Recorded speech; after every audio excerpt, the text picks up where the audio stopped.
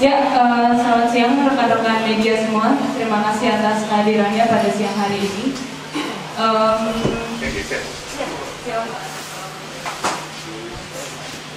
Hari ini kita akan mengadakan media briefing terkait dengan pembahasan rancangan undang-undang kitab undang-undang hukum acara pidana yang sedang berlangsung di DPR. Nah, sebelum kita masuk kepada pemaparan dari para narasumber, saya akan memperkenalkan diri lebih dahulu. Nama saya Lola, saya dari Indonesia Corruption Watch, Divisi Hukum dan Monitoring Peradilan.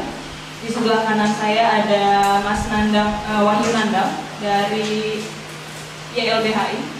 Lalu yang paling kanan ada Pak Bambang Widodo Umar sebagai akademisi sekaligus juga pengamat kepolisian. Nah, seperti yang rekan-rekan juga mungkin sudah ketahui gitu ya, RUU KUHP sekarang sedang dibahas di DPR dan ada kemungkinan disahkan pada tahun 2014 ini. Nah, dalam pemantauan koalisi gitu ya, ada beberapa poin yang jadi sangat krusial. Ini sangat erat kaitannya dengan upaya pemberantasan korupsi karena ada semacam dugaan bahwa RUU KUHP ini baik dari segi prosedur pelaksanaan pembahasan maupun dari segi substansi itu sedikit bermasalah. Terkait dengan substansi ada beberapa poin, teman-teman juga sudah pegang rilisnya. Itu ada paling tidak 12 poin gitu ya, 12 poin yang menjadi titik penting dan krusial yang dianggap dapat melemahkan kinerja pemberantasan korupsi. Dalam hal ini yang menjadi poin krusialnya adalah kerja-kerja KPK. Yang pertama itu ada upaya penghapusan penyelidikan, yaitu diatur dalam pasal 1 RUU KUHP. Nah, ini diduga dapat melemahkan karena jika tidak ada penyelidikan, kerja-kerja KPK bisa agak terhambat karena upaya-upaya pengumpulan informasi maupun penyadapan maupun penelusuran aset dan lain sebagainya itu biasanya terjadi di tahap penyelidikan. Nah, yang kedua ada juga teman-teman bisa lihat di rilis yang sudah teman-teman pegang itu di poin 10 bahwa putusan bebas tidak dapat diajukan kasasi kepada Mahkamah Agung. Nah, ini dikhawatirkan ketika nanti ada terpidana kasus korupsi yang diputus bebas pada tingkat pertama maupun tingkat banding, itu tidak akan tidak akan bisa ditimpakan kasasi kepada Mahkamah Agung. Lalu yang poin 11 ini juga termasuk salah satu yang krusial bahwa putusan Mahkamah Agung tidak bisa dijatuhkan lebih berat daripada putusan yang dijatuhkan pada tingkat pertama maupun tingkat banding. Nah, ini dikhawatirkan bisa jadi upaya yang kontraproduktif gitu ya dengan usaha pemberantasan korupsi. Nah, untuk kesempatan pertama kita akan dengarkan dulu pemaparan dari Mas Wahyu Nandang terkait dengan substansi dan prosedur pembahasan RUU KUHP yang terjadi di DPR. Kepada Mas Nandang, silakan.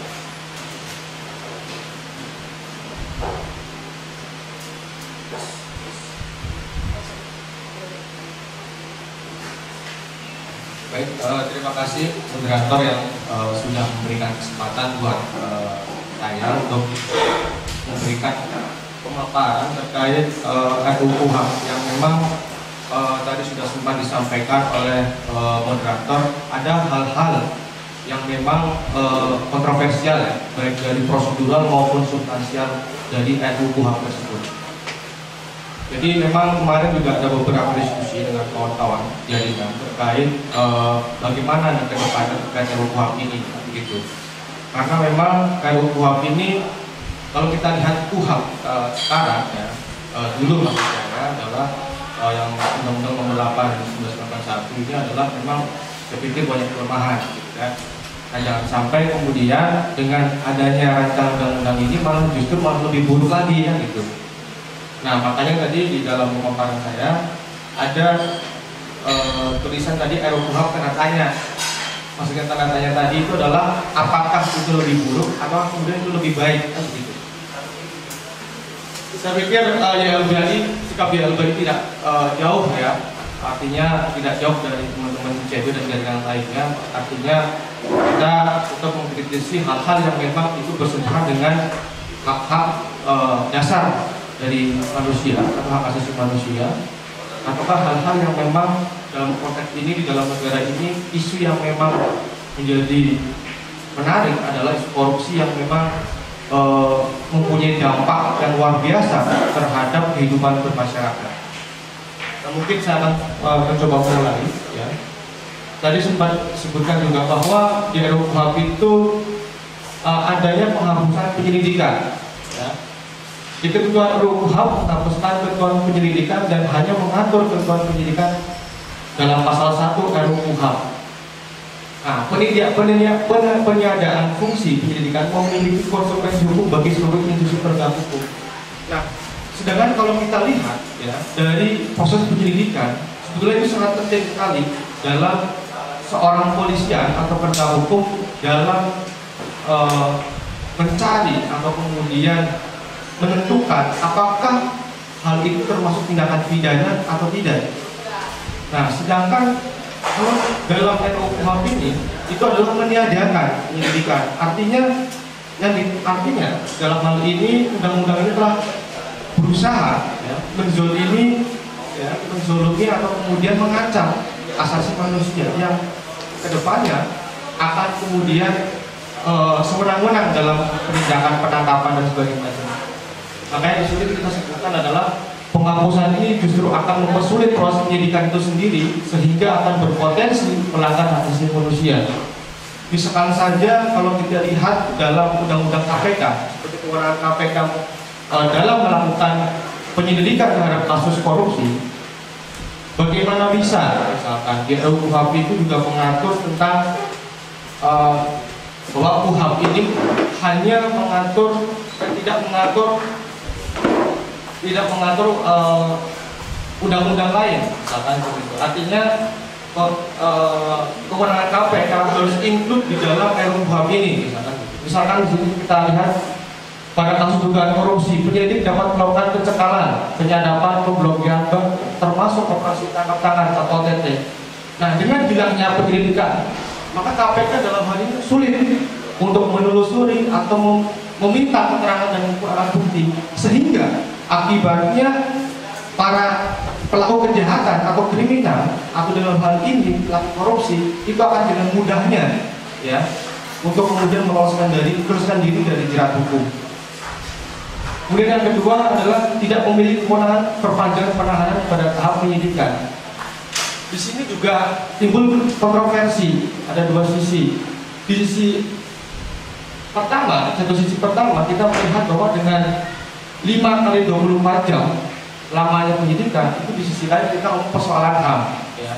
Kalau kita mendampingi kasus-kasus yang sifatnya kriminalisasi terhadap petani, nelayan, kemudian miskin kota dan bagaimana pajak, 5 kali 24 jam itu adalah saya pikir hal-hal yang memang layak untuk kemudian diberikan karena ngomong persoalan pembunuhan hak asasi manusia. Dan memang betul pelakunya itu adalah bukan pelaku yang sesungguhnya yang melakukan tindakan pidana. Nah, bagaimana dengan kasus korupsi gitu kan? Di sisi lain, bagaimana dengan kasus korupsi yang memang dalam hal ini KPK tidak memiliki kewenangan untuk melakukan perpanjangan? Otomatis ini justru akan memudahkan akan memudahkan lagi bagi para penjahat atau kemudian korupsi untuk memudahkan melepaskan diri dari jerat hukum. Ini poinnya. Karena di dalam RUU KUHP ini hanya mengatur kejaksaan tinggi, kejaksaan dan kejaksaan agung. Jadi secara eksplisit pengaturan ini juga tidak sepenuhnya menyeluruh terhadap kasus-kasus lainnya. Hanya kasus-kasus umum yang kemudian saya pikir masih relevan. Tapi untuk kasus korupsi itu tidak relevan. Kemudian berikutnya terkait masa penahanan kepada tersangka lebih singkat. Dalam hal ini, kalau kita dalam kacamata hak asasi manusia, bahwa dengan penahanan lebih singkat itu di sisi lain juga menguntungkan masyarakat. Karena selama ini yang YLBH didampingi adalah masyarakat yang memang itu tidak melakukan kejahatan yang sebetulnya, tapi kejahatan yang kemudian sengaja kemudian diskenario oleh pihak-pihak pemerintah atau pemodal atau kepolisian dalam hal ini untuk melakukan kriminalisasi dan pelemahan terhadap masyarakat. Dan dalam konteks ini juga ini relevan untuk masyarakat, tetapi dalam konteks pemberantasan korupsi ini justru sangat melemahkan, karena dalam konteks korupsi itu untuk masalah penyidikan dan penanganan itu saya pikir tidak mudah untuk mencari sebuah bukti atau kemudian keterangan atau kemudian hal-hal yang lain untuk mendukung bagaimana proses pemidaan bagi para koruptor ini. Kemudian berikutnya, hakim dapat menangguhkan perannya dilakukan oleh penyidik. Dalam pasal 67 RUU mengatur tentang penangguhan penahanan dapat diajukan oleh tersangka atau terdakwa. Dampaknya adalah jika diminta tersangka atau terdakwa maka hakim memeriksa pendahuluan dapat menangguhkan. Nah, ini justru dalam konteks HAM relevan, tetapi dalam konteks pemberantasan korupsi ini tidak relevan, karena kalau kita memberikan ruang bagi para tersangka ini untuk melakukan penangguhan penahanan, saya pikir itu justru yang dikhawatirkan adalah adanya pemusnahan barang bukti atau penghilangan barang bukti, atau kemudian adanya hal-hal untuk mengaburkan bagaimana kejahatan yang dilakukan oleh mereka itu tidak kemudian dijerat dalam pasal-pasal yang memang sudah disiapkan oleh penyidik KPK. Kemudian penyitaan harus izin dari hakim. Pasal 75 RUU mengatur tentang penyitaan harus mendapat izin hakim pemeriksa pendahuluan. Hakim pemeriksa pendahuluan dapat menolak kemudian penyitaan.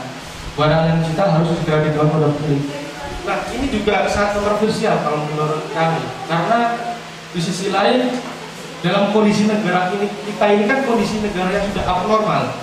Artinya apa? Penyidik para penegak hukumnya sudah tidak benar, kemudian kasus penyuapan juga sering marak terjadi bagi para penegak hukum. Artinya kalau hakim pemeriksa pendahuluan ini pro-nya kepada pro korupsi atau koruptor atau pro penindak kriminal, dengan semenang-menang dia bisa juga kemudian tidak mengizinkan kepada penyidik untuk melakukan penyitaan. Nah, ini yang menjadi persoalan di kondisi negara kita yang memang mental atau moralitas penegak hukumnya yang lemah. Terus kemudian juga ada ruang bagi atau celah bagi pihak lain untuk intervensi dalam pemutusan hakim pemutusan pendahuluan, maka bisa terjadi penyitaan ini bisa dibatalkan dengan sepihak oleh hakim pemutusan pendahuluan yang memang ada indikasi kepentingan dari pihak lain. Kemudian penyadapan harus mendapat izin hakim. Ini pun juga saya pikir sangat riskan. Ini tentunya kalau penyadapan ini lebih sering dilakukan untuk kejahatan-kejahatan yang sifatnya ingin akan mengancam keselamatan negara atau keamanan negara, atau kemudian terkait terorisme ataupun yang extraordinary seperti korupsi. Nah, dengan adanya penyadapan mendapat izin hakim, hakim pemeriksa pendahuluan, sedangkan dalam kondisi tertentu KPK dapat melakukan penyadapan tanpa izin hakim. Tetapi dengan setelah penyadapan tersebut, KPK juga harus melapor kepada hakim 2 kali 24 jam. Nah, ketika kemudian pertanyaannya adalah di hakim, apakah hakim itu akan melakukan izin atau melanjutkan, apakah kemudian akan membatalkan atau kemudian men-stop gitu atau memberhentikan itu. Nah, kembali lagi kepada hakim lagi. Nah, dengan melihat kondisi hakim atau kemudian kondisi negara kita yang sekarang sudah abnormal ini, yang tidak wajar ini, saya pikir ini sangat riskan untuk mungkin disalahgunakan. Kalau kondisi normal ya sah-sah saja, tidak ada masalah. Hakimnya jujur, hakimnya integritas, hakimnya tidak memihak siapapun. Tapi kalau hakimnya memihak atau kemudian tidak punya integritas, nah bagaimana? Akhirnya jadi persoalan. Kemudian putusan bebas tidak dapat diajukan kasasi kepada Mahkamah Agung. Nah, saya pikir di dalam undang-undang KUHP yang sekarang masih berlaku itu sebetulnya juga tidak mengatur tentang putusan bebas itu diajukan kasasi. Tetapi dalam jurisprudensi yang kemudian kita yakini dan kita jalani dalam penegakan hukum itu sudah dilakukan ke Mahkamah Agung. Nah, di dalam RUU ini secara tegas tidak mengatur, ya, tidak mengatur bahwa putusan bebas itu diajukan kepada Mahkamah Agung. Saya pikir ini sangat ini ya, sangat kontroversial atau kemudian sangat menjadi problem. Karena di sisi lain pengadilan tingkat pertama dan pengadilan banding itu hanya memeriksa judik fakti. Nah, sedangkan di Mahkamah Agung itu memeriksa terkait penerapan hukumnya. Nah, saya pikir ini sangat penting sekali terhadap kejahatan-kejahatan yang memang betul dilakukan oleh orang-orang yang punya kepentingan sangat besar, misalkan koruptor. Kalau misalkan korupsi ini bebas di pengadilan negeri maupun pengadilan banding, dia dengan mudahnya dia bisa lolos gitu ya, bisa lolos tanpa ada upaya hukum lain di Mahkamah Agung. Saya pikir ini juga sangat rentan, apalagi dengan persoalan yang akhir-akhir ini terjadi terhadap beberapa politisi yang memang di tingkat Mahkamah Agung dia dihukum lebih berat dari pengadilan negeri dan pengadilan tinggi atau mungkin di tataran banding. Seperti kasusnya misalkan Angelina Sondakh di pengadilan negeri, pengadilan banding dia masih mendapatkan keringanan hukuman, tetapi ketika kemudian di tingkat Mahkamah Agung dia bisa lebih tinggi dari itu. Nah, ini mungkin saya pikir juga pasal-pasal ini bisa menjadi pasal-pasal pesanan dari beberapa politisi yang memang disinyalir atau diduga ada hubungannya dengan keterlibatan kasus-kasus yang memang sekarang sedang terjadi. Nah, ini juga sangat bersentuhan dengan faktor tadi ya, putusan Mahkamah Agung tidak boleh lebih berat dari putusan pengadilan tinggi. Ini sama halnya dengan apa yang saya sudah sampaikan, bahwa sebetulnya Mahkamah Agung adalah memeriksa terkait penerapan hukum, terkait wewenang, terkait kemudian adanya penerapan hukum yang tidak sesuai dengan peraturan undang-undangan. Nah, sebetulnya kalau Mahkamah Agung ini di stop atau kemudian ditekan atau dibatasi kewenangannya yang tidak boleh dibuat, saya pikir ini sangat membunuh keadilan, saya pikir ya, membunuh keadilan masyarakat yang memang betul itu harus dihukum. Misalnya dia betul melakukan hal-hal yang dia lakukan itu melakukan tidak pidana atau kemudian hal-hal yang memang sebetulnya dilakukan. Kemudian ketentuan pembuktian terbalik tidak diatur. RUU tidak mengakomodir pembalikan beban pembuktian untuk kejahatan korupsi dan tidak pidana pencucian uang.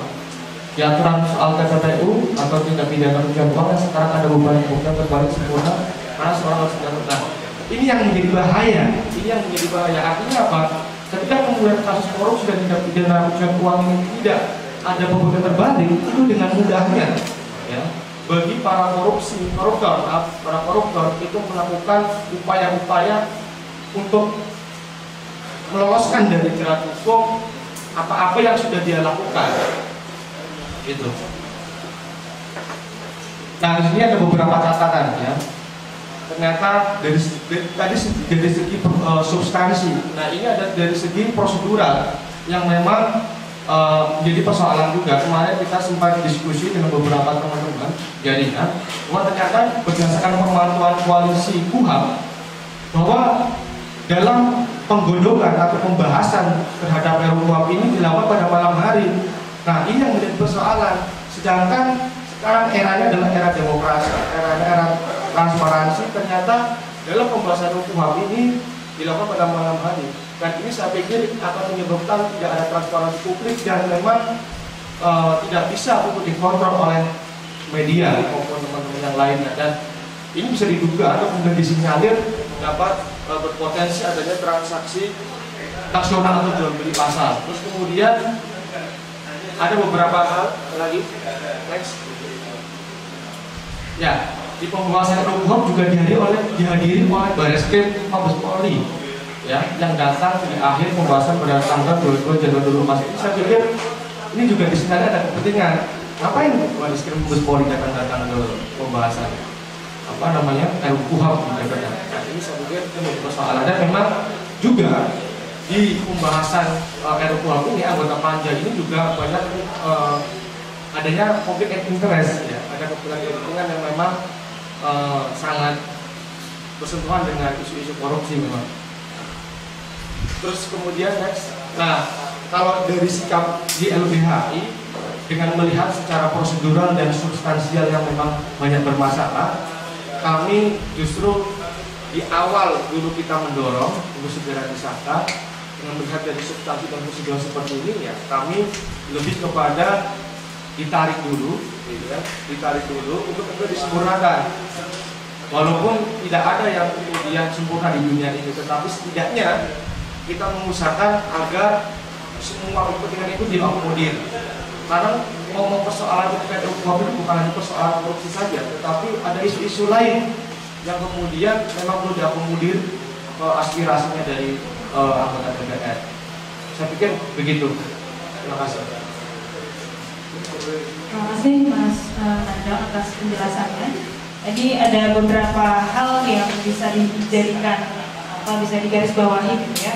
Bahwa sebenarnya KUHP yang ada sekarang pun bukannya sempurna-sempurna amat gitu, ada beberapa catatan.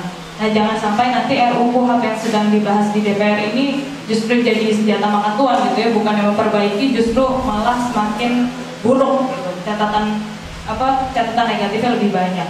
Lalu yang kedua, ini soal ada dugaan mungkin terkait tadi dengan putusan Mahkamah Agung tidak bisa lebih tinggi daripada putusan di Pengadilan Tinggi.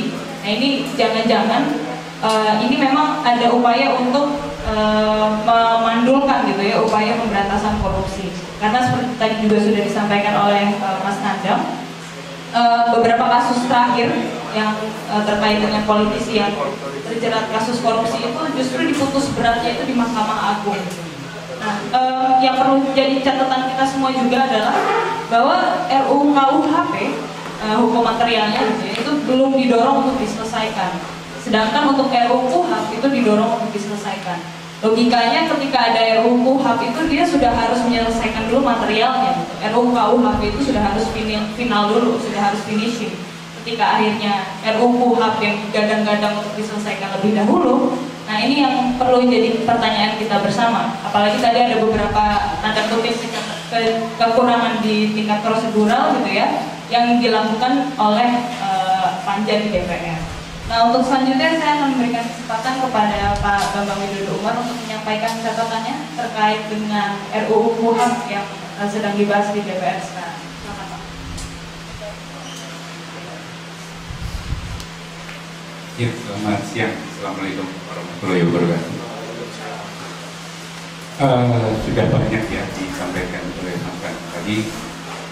Substansi yang memang pokok-pokoknya itu adalah benar-benar untuk saat ini dalam proses hukum, terutama dalam konteks menghadapi korupsi ini, seperti banyak hambatan.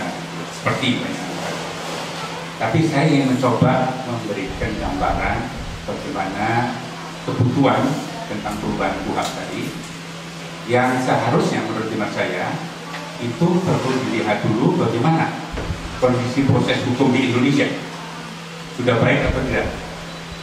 Secara teoritis DPR itu memberikan ada dua model due process model dan crime control model. Nah kira-kira mana ini Indonesia yang cocok?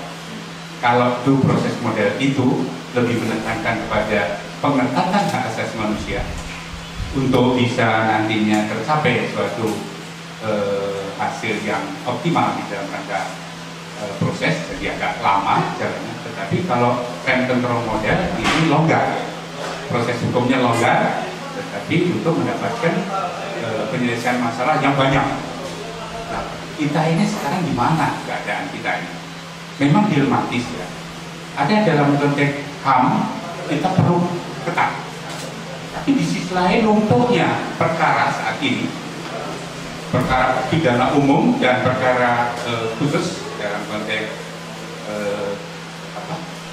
korupsi ini juga numpuk, malah berkembang kayaknya itu ya. Jadi pemilihan ini menurut hemat saya perlu dihidupkan karena masing-masing model ini tidak bisa menurut hemat saya dicampur aduk. Kalau sejarahnya ini dulu ya, kita ini kan zaman Belanda memakai HIR namanya. HIR itu juga kenal dengan hakim komisaris sebetulnya, sudah diterapkan ya. Nah kemudian diubah menjadi KUHP. Nah, KUHP mencoba untuk menggunakan dua proses model diperketat karena pada waktu HIR itu tindakan polisi banyak ya yang menyimpang pada waktu penyidikan atau penyelidikan melanggar hak asasi manusia dengan mengaya untuk mendapatkan pengakuan. Nah ini diubah karya agung KUHP katanya, karya agung waktu itu. Nah ternyata nggak agung juga sampai sekarang ini kan, mau dirubah lagi, direka-reka yang namanya hakim komisaris diganti menjadi hakim pemeriksa pendahuluan, katanya gitu ya. Nah, saya lihat isinya hampir sama saja ya, dengan hakim komisaris kami dulu. Tadi sudah dipertanyakan juga oleh Mbak Lola, apakah kalau ini diganti nanti akan lebih baik? Saya juga cenderung bingung juga ini, ya. Karena tadi dua hal di negeri kita ini sedang berlangsung. Maka nantinya saya pikir tadi juga sudah disebut KUHP dan ada hal-hal undang-undang yang bersifat lex spesialis ini perlu dibenahi juga. Kalau ini dibiarkan saja, maka kemungkinan akan menyulitkan. Nah, kesulitan itu akan terutama dihadapi oleh penegak hukum di bidang corruption. Kalau pidana umum, saya agak setuju ya, Mengapa? Karena banyak hal-hal dalam konteks pengungkapan pidana umum itu pelanggaran hak asasi manusia. Mengapa? Karena proses pengawasan lewat pra-peradilan itu tidak menjaring pada hal-hal yang bersifat material. Misalnya begini, kalau dituntut orang-orang itu tangkapannya keliru, penangkapannya keliru, tetapi dalam konteks penangkapan itu nggak dilihat bagaimana yang ditangkap itu bagaimana, yang nangkap bagaimana, diperhitungkan sehingga sah atau tidak sah. Hampir semuanya dianggap benar. Jadi formalnya saja, surat perintahnya ada, surat penahanannya ada, ini ada, itu ada, tapi realita di lapangannya kurang diperhitungkan.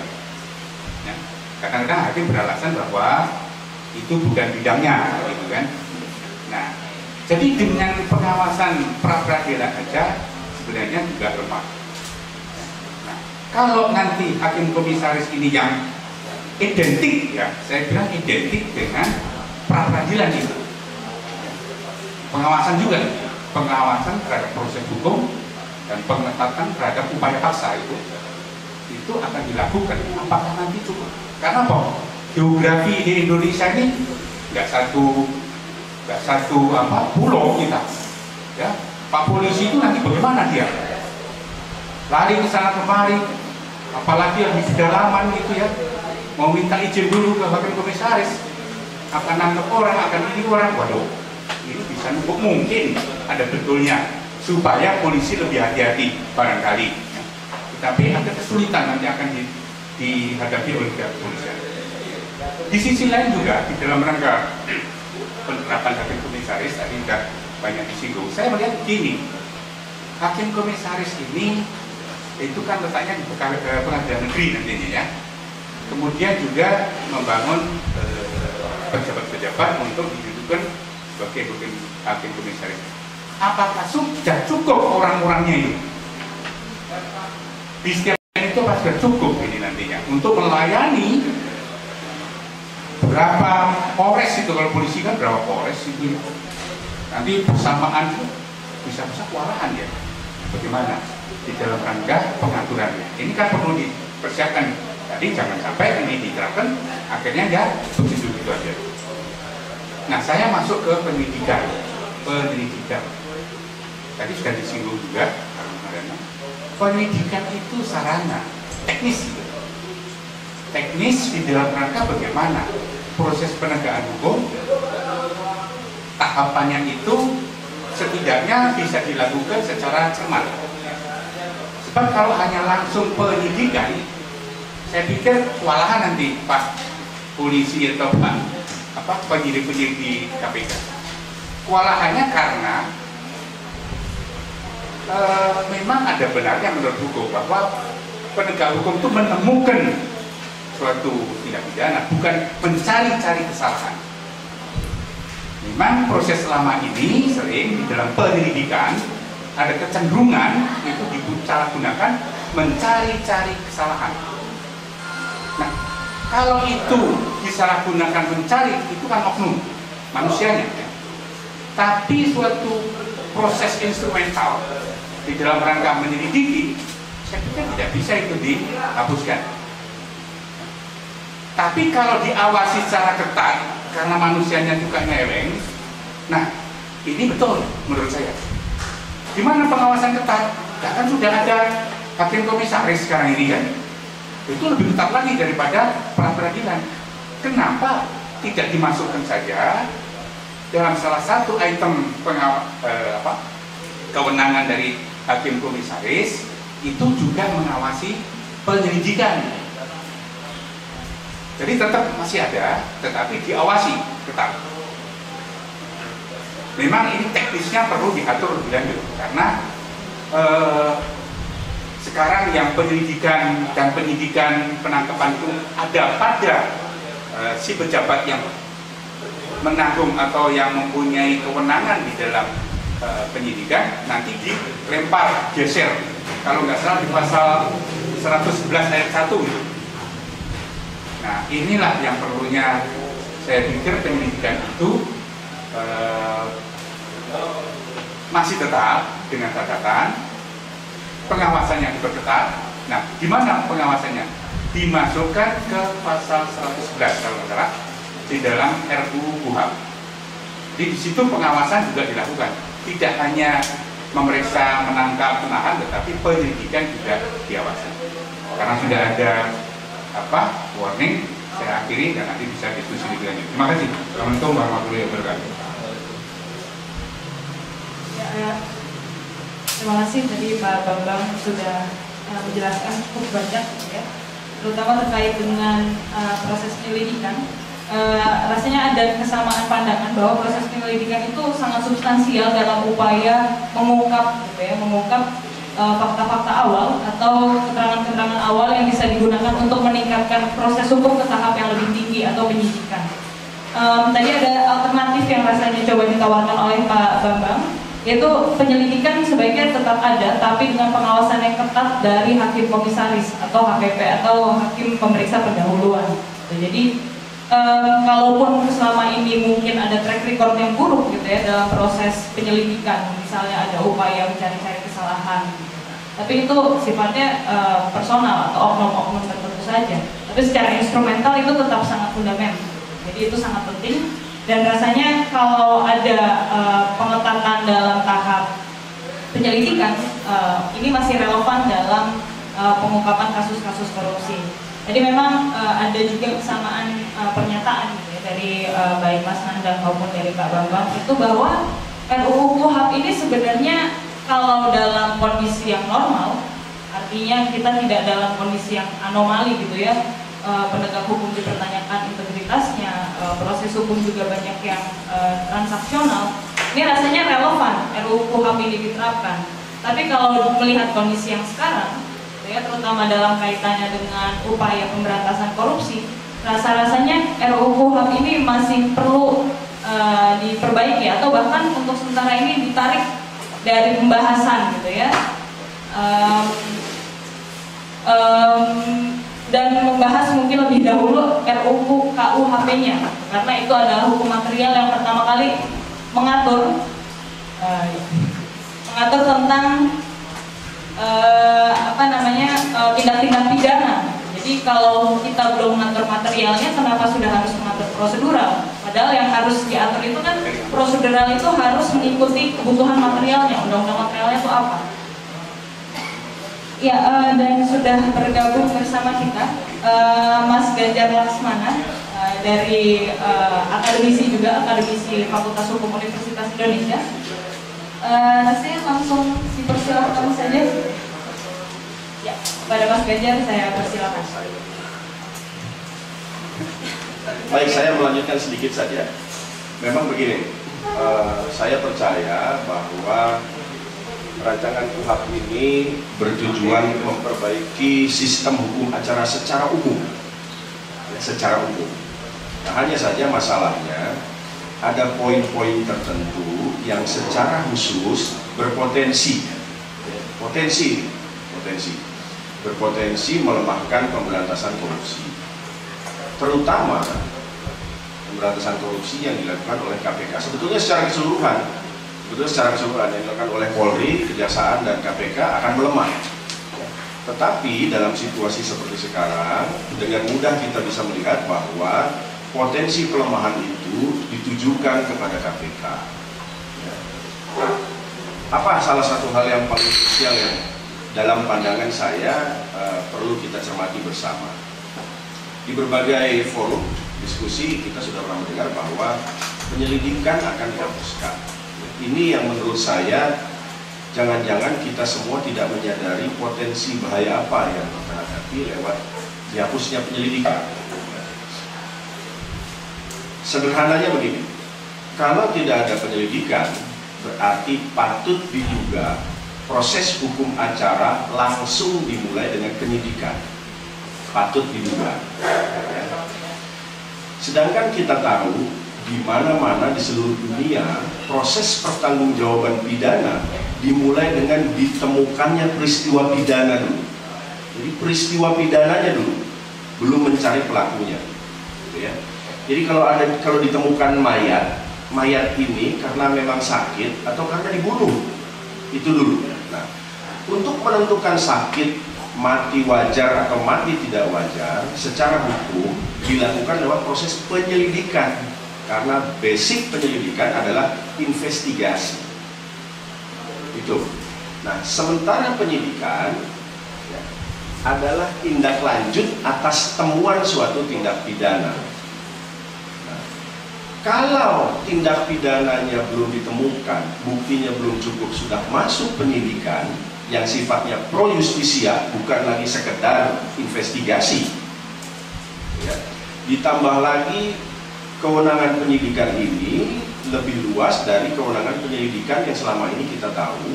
Nah, potensi penyalahgunaan kewenangan yang dimiliki oleh penyidik atas kasus yang ujuk-ujuk masuk ke penyidikan itu semakin besar. Ya. Bayangkan saja kita tidak tahu-menahu mengenai sesuatu hal tertentu, tiba-tiba sudah dipanggil dalam kapasitas saksi. Saksi itu orang yang melihat, mendengar, mengalami suatu peristiwa pidana. Peristiwa pidananya apa kita belum tahu, tidak diumumkan pula oleh aparatur penegak. Ya, jadi ini contoh di mana akan sangat berbahaya, sehingga kita akan menghadapi kewenangan penyidik yang kita sama-sama tahu kewenangan penyidikan itu lebih menakutkan daripada penyelidikan. Jadi untuk menemukan tindak pidana, untuk menentukan pelakunya, kalau kita tiba-tiba masuk ke penyidikan, maka penyidik tiba-tiba sudah bisa melakukan upaya paksa yang selama ini di penyelidikan tidak bisa. Ya, namanya investigasi. Nah, ada satu hal lagi yang lebih mendasar yang saya pikir kita perlu sangat berhati-hati. Kalau penyelidikan tidak ada, yang saya khawatirkan adalah berarti kita mengedepankan tindakan intelijen. Nah, tindakan intelijen ini bukan tindakan hukum. Bahan intelijen bukan bahan hukum, bukan pula alat bukti hukum. Nah, temuan intelijen bukan alat bukti yang bisa dijadikan alat bukti hukum. Nah, siapa yang bisa jamin bahwa sebelum penyidikan tidak ada tindakan apa-apa? Siapa yang bisa jamin? Ya. Siapa yang bisa jamin bahwa sebuah proses dimulai langsung ke penyidikan dengan prinsip fairness yang dijunjung tinggi? Ya. Kan tahu-tahu orang masuk ke penyidikan. Apa alasannya masuk ke penyidikan? Berarti kan aparat penegak hukum sudah mendapatkan sesuatu, menemukan sesuatu, baik itu temuan sendiri maupun laporan dari masyarakat. Nah, bahayanya apa? Kalau temuan sendiri, apa tindakan yang ia lakukan sehingga ia bisa menemukan sendiri dugaan tindak pidana? Kalau temuan sendiri. Jadi kita bisa bayangkan, belum ada penyidikan, ya, karena nemu sesuatu, masuk penyidikan. Nah, nemu sesuatunya itu dalam proses hukum apa? Ya, tiba-tiba masuk penyidikan. Kalau ia menemukan sendiri. Kalau berdasarkan laporan masyarakat, laporan misalnya, kita harus membayangkan laporan seperti apa, selengkap apa, yang bisa membuat penegak hukum ujung-ujung masuk penyidikan. Ya. Logika berpikirnya begini, ketika kita melaporkan dugaan tindak pidana kepada penegak hukum, yang dilaporkan oleh masyarakat itu cuma berdasarkan pengetahuan awam. Ya. Ini yang sering terjadi, penegak hukum kita sering begini, laporannya nggak lengkap, nggak ada bukti ini, nggak ada bukti loh. Justru dilaporkan supaya penegak hukum dengan kewenangannya mencari bukti. Kalau penegak hukum menerima laporan yang buktinya sudah lengkap, kita aja jadi penegak hukum. Justru dilaporkan supaya penegak hukum secara lawful, ya, yang memang punya kewenangan, mencari bukti, memanggil orang dan lain-lain. Nah sekarang kalau penyelidikan tidak ada laporan dari masyarakat, laporan itu dikaji secara internal yang pasti sangat tertutup, tiba-tiba penyidik menyatakan masuk penyidikan. Nah sekarang kita bayangkan, laporan seperti apa yang kira-kira bisa tiba-tiba masuk penyidikan. Ya, pasti lengkap ini orang nih laporan ini, bawa barang bukti, bawa alat bukti 2 saksi, bawa surat, bawa ini, bawa itu. Lah ini orang siapa bisa bawa laporan selengkap itu? Intel. Ya itu mungkin. Ya, jadi saya khawatir tanpa kita sadari menghapus penyelidikan adalah membenarkan tindakan intelijen. Itu yang saya khawatir. Selama ini saja tindakan intelijen tidak bisa diaudit, ya kan? Apalagi kalau penyelidikan tidak ada.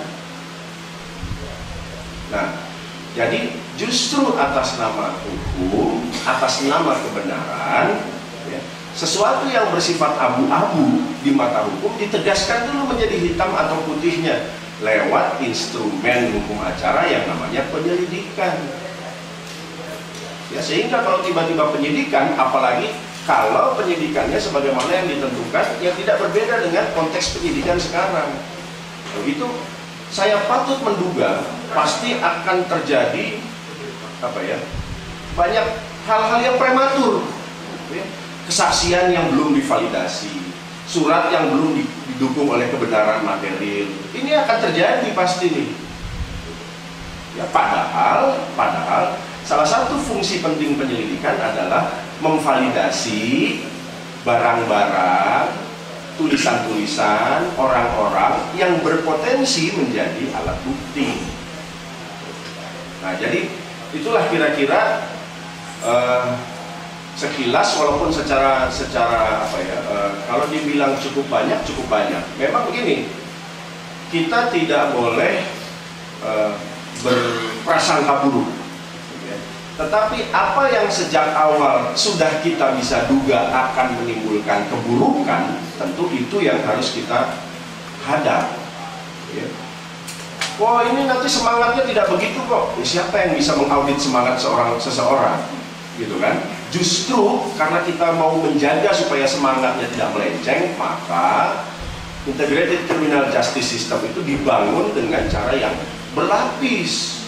Bukan dengan satu lapis, apalagi lompat ke tingkat tertentu. Gitu kira-kira. Terima kasih. Ya, tadi sudah ada pemaparan dari Mas Ganjar gitu ya. Ini terkait yang jadi poin penting itu soal penghapusan penyelidikan dalam upaya hukum terkait dengan upaya hukum pemberantasan korupsi gitu ya.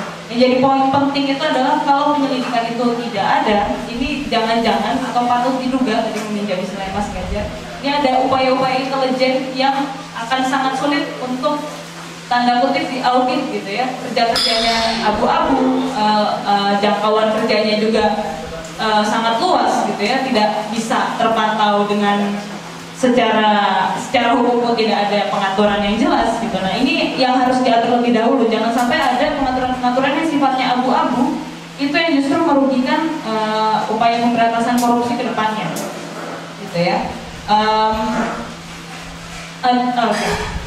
Rasanya cukup segitu saja pemaparan dari ketiga narasumber kita. Tadi Pak Bambang sudah terlebih dahulu pamit. Jika teman-teman ada yang memiliki pertanyaan, silakan.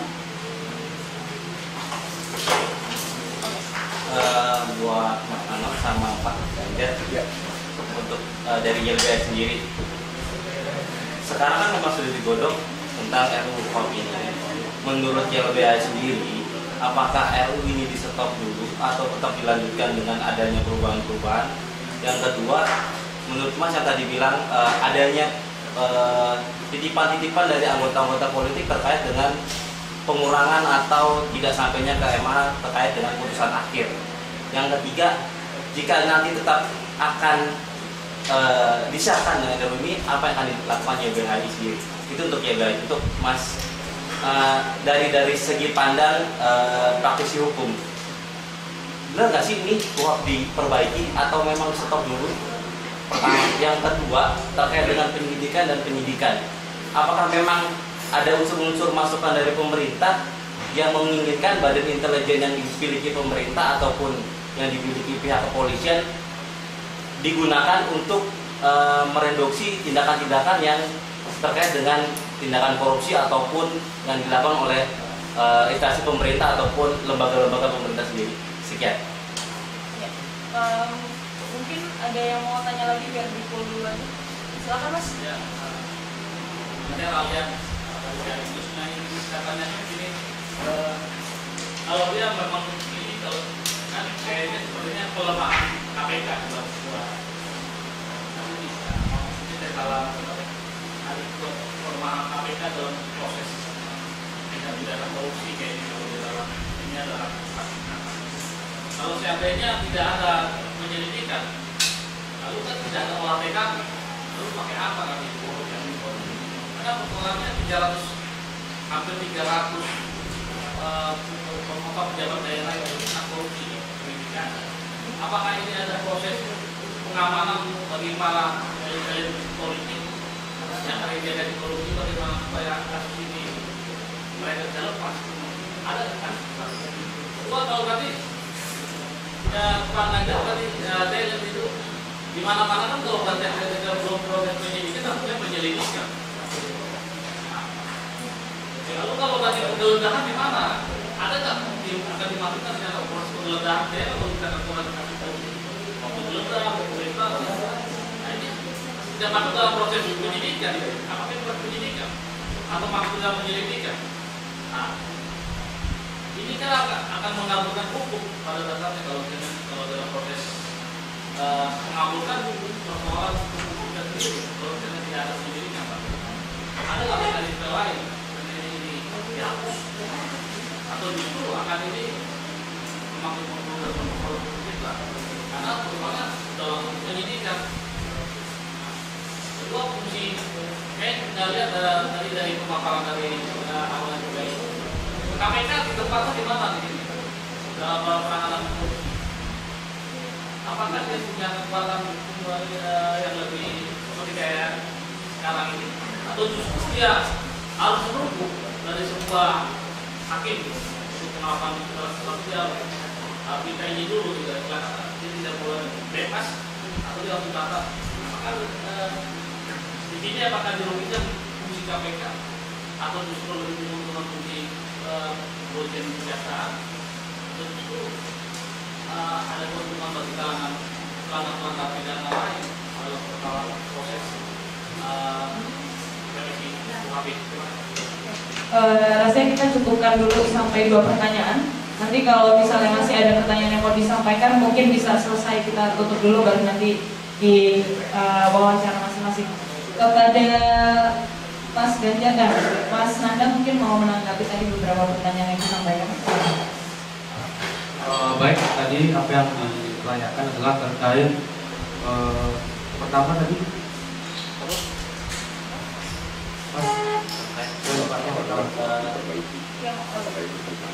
Oke, jadi gini, terkait KUHP, apakah betul itu diperbaiki? Saya pikir tadi saya sudah jelaskan ya, ada beberapa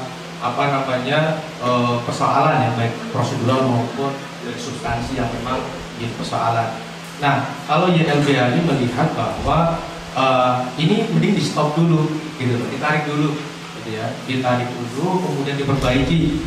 Karena aku lihat juga di Prolegnas tahun 2014 ternyata RUU KUHP itu juga masuk di Prolegnas 2012, artinya ini juga bisa dibahas di periode tahun depan gitu. Dan saya pikir itu akan lebih efektif, apalagi dengan melihat catatan-catatan tadi secara prosedural dilakukan malam hari, kemudian tidak ada pengawasan dari publik maupun dari teman-teman wartawan, otomatis kontrol pun akan lemah. Nah, itu kemudian bukan dari beberapa anggota panja yang juga ada beberapa yang kemudian diduga terlibat adanya kasus korupsi yang sekarang memang sedang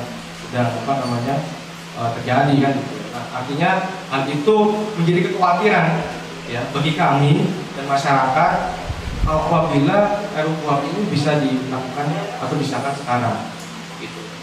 Terus kemudian kalau misalkan tadi pertanyaannya, kalau misalkan kemudian RUU KUHP itu tetap disahkan kan gitu. Ya kita tetap sebagai ada koalisi juga dari masyarakat sipil juga, kita akan melakukan ini protes terhadap pemerintah, karena memang saya pikir filosofis revisi KUHP itu adalah untuk memperbaiki, bukan kemudian untuk memperburuk atau kemudian malah justru memperlemah penegakan hukum gitu. Ada titipan-titipan dari anggota politik yang terkait dengan adanya isi-isi dari KUHP? Ya, tentunya tadi indikasinya, Pak. Ya, indikasinya tentu ada. Kalau indikasi pasti ada. Karena tadi dari beberapa prosedur itu juga sangat jelas dengan malam hari, kemudian juga tadi ada Barreskrim di akhir pembahasan menjadikan di tanggal 22, terus kemudian juga ada upaya pelemahan KPK. Dan ini saya pikir jelas, apalagi tadi di dalam pasal berapa saya lupa, ada poin terkait bahwa putusan Mahkamah Agung itu tidak boleh melebihi dari pengadilan negeri maupun tingkat banding. Nah, itu saya pikir itu sudah jelas menjadi indikasi. Indikasi kan ini memang belum fakta yang benar, tapi ada indikasi seperti itu. Selanjutnya mungkin langsung silakan Mas Ganjar menjawab. Saya mungkin tidak menjawab satu persatu ya, tapi saya coba sistematis mungkin. Pertama, apakah RKUHP ini memang mengandung revisi, perbaikan?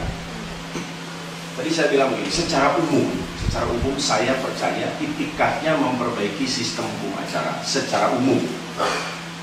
Tetapi tidak bisa dibantah poin-poin tertentu secara khusus mempersulit proses penegakan hukum, terutama hukum acara menjadi sangat tidak logis. Ya.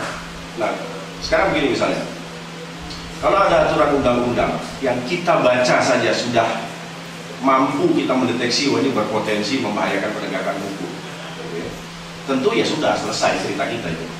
Ya, harus kita paksa untuk bisa direvisi. Nah,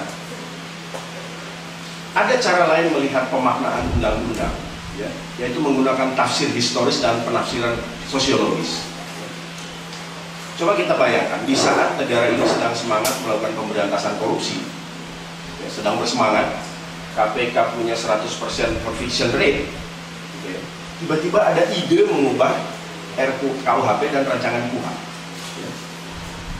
Jadi dengan senjata yang ada kita bisa membunuh musuh. Nah, sekarang senjatanya mau diubah. Ya. Sementara cara kerja senjata ini banyak kelemahannya. Jadi yang menjadi pertanyaan kan begini, loh, sementara ini berhasil kok malah mau diubah supaya lebih berhasil? Mau lebih berhasil seperti apa? Ya kan? Nah, di sisi lain secara kontrario kita bisa melihat begini, mengapa semangat sekali RKUHP didahulukan daripada RKUHP? KUHP ini rancangan yang usianya jauh lebih panjang daripada KUHP. Ya, sehingga kita melihat kan ada, loh, kenapa dia mendahulukan yang lebih muda? Gitu ya? Kenapa semangatnya terhadap ini lebih kencang? Ya. Yang membahas kan korban terbesar pemberantasan korupsi. Ya kan? Kalau kita mau agak sinis begitu kira-kira, ya, RUU ini dibahas di lembaga yang menjadi korban terbesar pemberantasan korupsi. Sehingga kalau kita mau bicara ada kepentingan politisi, partai politik dan kepentingan politik di balik rancangan KUHP ini, jadi mudah kita merumuskannya, begitu kan? Nah, itu secara umum terhadap revisi KUHP. Nah, bahwa ada potensi, saya mau kasih contoh begini ya. Sekarang ada anggota masyarakat lapor ke polisi, kejaksaan atau KPK. Laporan itu ditelaah, ya. Karena ditelaah perlu dilakukan investigasi untuk paling tidak mengetahui ini laporan betul atau fitnah atau laporan palsu. Nah, tindakan yang dilakukan kepolisian, kejaksaan, KPK untuk memverifikasi laporan, ini tindakan apa sekarang kalau penyelidikannya tidak ada? Cross check. Instrumen hukum apa itu cross check? Nggak ada. Ya. Nah, lalu seandainya laporannya betul, wah, lakukan suatu tindakan. Orang dipantau, diikuti, ada orang yang mau dimintai keterangan berdasarkan laporan seseorang tadi. Nah, tindakan memanggil orang itu apa? Penyidikan. Lompat kan? Tindakan mendatangin orang. Kalau kita bicara misalnya tadi penggeledahan, olah TKP, itu bisa dilakukan di penyidikan. Tapi untuk sampai menggeledah orang, kan ada step terlebih dahulu untuk memastikan bahwa yang mau digeledah terkait dengan suatu tindak pidana. Bahwa tindak pidananya ada atau tidak, secara logis sistematis ada di penyelidikan. Nah, jadi balik lagi saya, kalau penyelidikannya tidak ada, kita ini melakukan lompatan logika. Karena kalau sudah penyidikan, pro justisia, kita nggak bisa menghalang-halangi penyidikan. Padahal, siapa juga yang bisa menjamin tindakan penyidik itu selalu lawful. Jadi, apa ya, mekanisme yang selama ini ada di dalam sistem peradilan pidana, kalau masuk tiba-tiba ke tindakan-tindakan yang bersifat pro justisia, ini menjadi pincang menurut saya. Menjadi pincang. Ditambah lagi itu tadi dari sisi lain, jadi tindakan penegak hukum yang memanggil orang, mendatangi, menanyai, itu tindakan apa? Oh, penyidikan. Ya. Nah, besok-besok kalau ada penegak hukum datang ke Anda, tanya-tanya, Anda langsung tanya sprindik. Langsung tanya sprindik, nanti dulu penyelidikan sudah tidak ada, langsung mana sprindiknya? Anda nanya-nanya sama saya. Mau kita sampai ngobrol sama orang, terus kita tanya sprindik, lalu situ polisi bukan, jaksa bukan, KPK bukan, sprindiknya mana, nanya-nanya. Ya, sementara kalau di penyelidikan, tindakan investigatif itu kan diam, mengintai. Nah, kalau penyelidikannya nggak ada, tindakan mengintai diam-diam ini apa namanya? Ya, nah, ini yang menurut saya sangat berbahaya. Nah, dalam konteks KPK ditempatkan di mana? Ya, saya khawatir selama ini KPK tidak dilibatkan secara penuh, ya, padahal salah satu pihak yang berkepentingan di sini. Nah, ditambah lagi kan begini, KPK kan tidak punya kewenangan untuk menghentikan penyidikan. Sekarang kalau penyelidikannya ditiadakan, di bagian mana KPK memverifikasi secara maksimal dugaan tindak pidana? Kalau dia langsung melakukan penyidikan, panggil-panggil periksa orang, ternyata bukan tindak pidana, terus mau diapain? SP3 nggak boleh. Mau diterusin ke pengadilan, bebas dong nanti orangnya. Bukan kita nggak mau ngebebasin orang, justru di penyelidikan itulah dipastikan pidana atau bukan sebelum kita nyari orangnya. Ini pembunuhan atau mati sakit pas lagi jalan-jalan. Kalau pembunuhan, cari pembunuhnya. Kalau mati sakit jalan-jalan, ya sudah selesai. Itu tahlilan aja selesai. Nah, sekarang kalau mati karena dibunuh, gitu kan? Ini harus menentukan dibunuh atau bukan. Itu ada mayat nih. Diapain nih orang nih? Oh, di visum forensik. Nah itu dalam konteks apa? Penyelidikan. Karena untuk memastikan ini, bagaimana mau memastikan sesuatu itu tindak pidana? Barang saya hilang, saya lapor polisi. Nanti dulu kamu lupa naruh atau diambil orang. Waktu lapor polisi, polisi menyelidiki, Pak Ganjar lupa naruh apa diambil orang. Oh diambil orang, ada buktinya. Naik penyidikan, cari orangnya siapa, kan stepnya begitu. Kalau nggak ada penyelidikan, lapor polisi, polisi langsung cari orang dong. Percaya begitu saja pada laporan saya bahwa barang saya hilang dicuri. Nah itu mekanisme itu yang akan hilang. Dan itu menurut saya dari sisi penegakan hukum pidana berpotensi terjadi penyalahgunaan kewenangan. Kan? Selama ini kenapa kita takut sama penyidik? Karena penyidik punya kewenangan menetapkan tersangka. Karena tersangka bisa ditahan. Itu kan? Nah kalau tiba-tiba masuk penyidikan tanpa ditanya baik-baik, kita sudah langsung deg-degan dijadikan tersangka dan ditahan. Nggak ada lagi mekanisme untuk mengukur saya ini terlibat atau tidak ya. Kan kita tahu saksi bisa jadi tersangka bisa jadi saksi dan lain-lain.